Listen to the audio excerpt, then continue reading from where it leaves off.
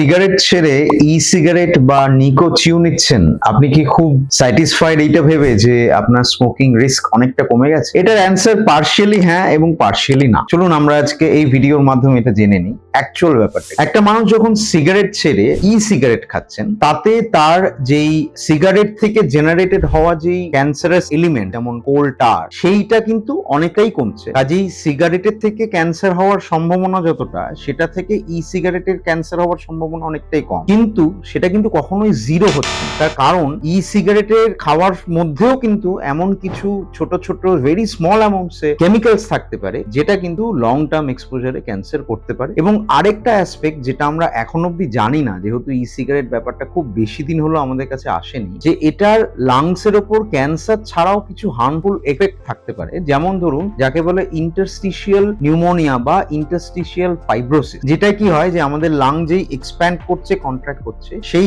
ইলাস্টিসিটিটা কমে যেতে পারে, কারণ ই সিগারেটের ক্রনিক এক্সপোজারে অনেক ক্ষেত্রে কিন্তু ইন্টারস্টিশিয়াল লাং ডিজিজ হতে পারে। কাজেই ক্যান্সারের অ্যামাউন্টটা হয়তো আপনি কমাচ্ছেন, কিন্তু অন্য একটা অসুখের সম্ভাবনা কিন্তু আপনি বাড়াচ্ছেন।